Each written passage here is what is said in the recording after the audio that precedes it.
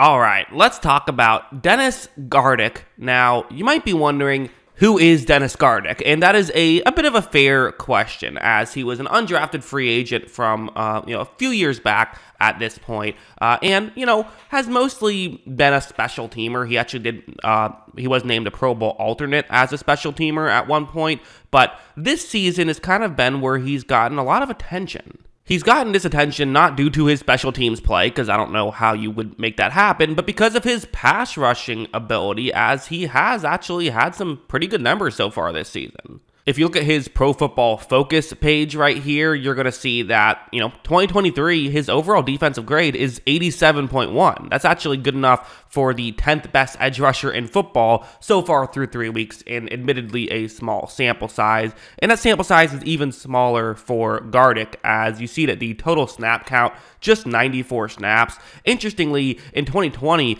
he actually had the exact same amount of snaps that year and played very well. He's had a little bit more snaps in 2021 and 2022, and has been an okay player, according to PFF grades, with the exception of tackling, which they haven't been too impressed with. But this season, he's made some plays. Now, again, if you look at his game-by-game stats, really the Week 1 against Washington, who has had some offensive line issues this season, that's kind of been a big thing that's helped him out a lot, quite frankly. That's really worked out. Although I don't know if I don't know how much of that is Washington. I feel like their tackles are typically pretty good. I think that might have just been he had a good game as well. And, a 71 grade against the Giants and Cowboys, that's not bad either.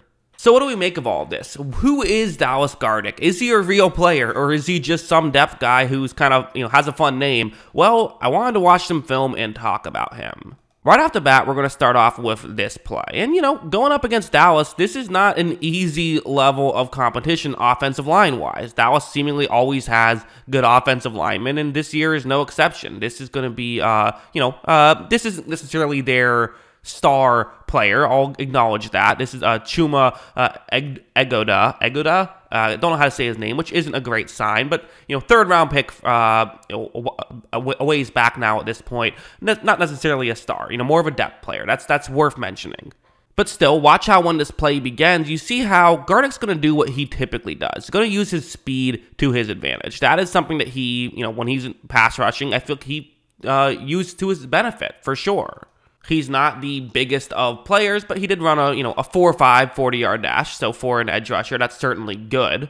And I mean, you see how, the tackle who's blocking him right here basically doesn't even try to get that left arm kind of over on the front of Gardeck's body. He's instead just trying to push Gardeck behind Prescott at this point. However, as you see, that does not work, and Prescott takes a hit right there. Now, this was a screen pass, for sure, but that didn't change that block. The tackle was still trying to block Gardeck straight up. Like, that wasn't, that wasn't like one of those situations where you purposely let someone go by to help set up the screen. No, that was still just winning straight up, and he probably gets a sack there, Gardeck does, if that wasn't a screen pass where Prescott got rid of the football quickly.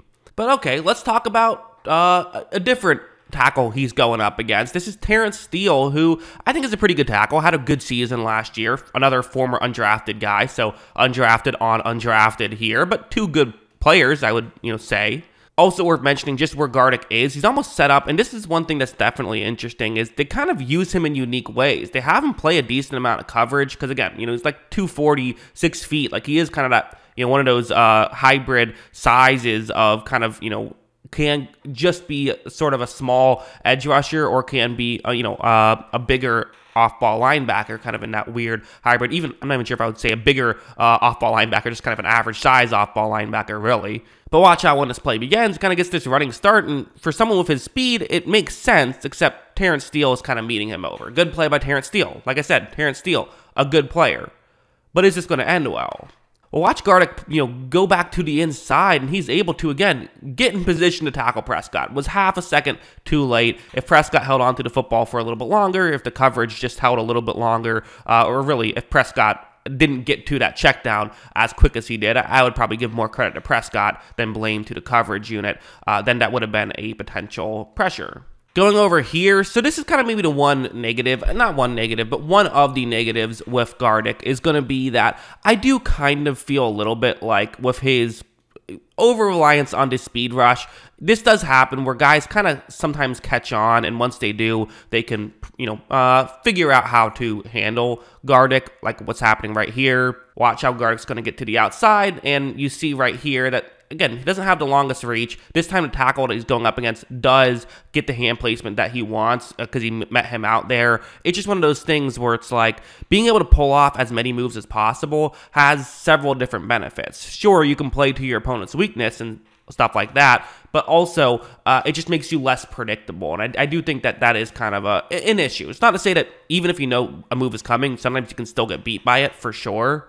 But like as you see, Gardeck isn't going to be able to generate a pressure right there. Prescott had time to throw the ball further down the field. Not a lot of time. Pressure came from somewhere else, but still Prescott made a good play. Weird how all these plays are seemingly good plays by Prescott here. But, again, this is the negative. There's negatives with, with him here, with Gardeck. Yes, that is true. Something I could see popping up, but it hasn't really been an issue so far, so I'm not overly concerned. This play was an interesting one where, got to bring this up. Watch what happens. Right off the bat, Gardeck is going to, create contact with the halfback, push him behind the line of scrimmage, which, again, legal. You're behind the line of scrimmage, not pass interference. And then he's at this point where, you see Prescott getting wrapped up. I do think plenty of edge rushers maybe take this off a little bit. Maybe they're not going as hard as you would like to see. That's something that you sometimes do see happen. Not Gardeck. He's going to immediately sprint out, but it doesn't really matter, right? I mean, you have an offensive lineman in position to block him, and this is Tyler Smith, a very good offensive lineman. So, okay, now you're taken out of the play. Well, again, no. Watch Gardeck get to the outside, and he's going to just keep hustling, and look at him eventually. I think he got a hand on Prescott as Prescott picks up the big gain, the 3rd down and 12. So, was not a good play by the Cardinals, but it just kind of goes to show the hustle and the high motor that a player like Gardeck has, which I think matters as well at the edge rusher positions. So, as a whole, this is kind of what I noticed watching him is I do think he is just a pass rush specialist. I do. At the end of the day, he hasn't gotten a ton of snaps. He's typically getting around 30 snaps a game. That's just kind of where I think he'll probably stay at. And I think at the end of the day, there's still value in that. I don't know if I want him out there on 1st and 2nd down, but I do know I want him out there on 3rd down. So, to me, is he a valuable player? Does he exist? I think so. I think he's a real player. I don't know how valuable a Dennis Gardeck player is, but there's certainly some value in him, and I think the Cardinals are using him properly so far through 3 weeks. I'm interested in seeing where his career goes from here. But yeah, those are my thoughts. What are yours? Let me know in the comments below.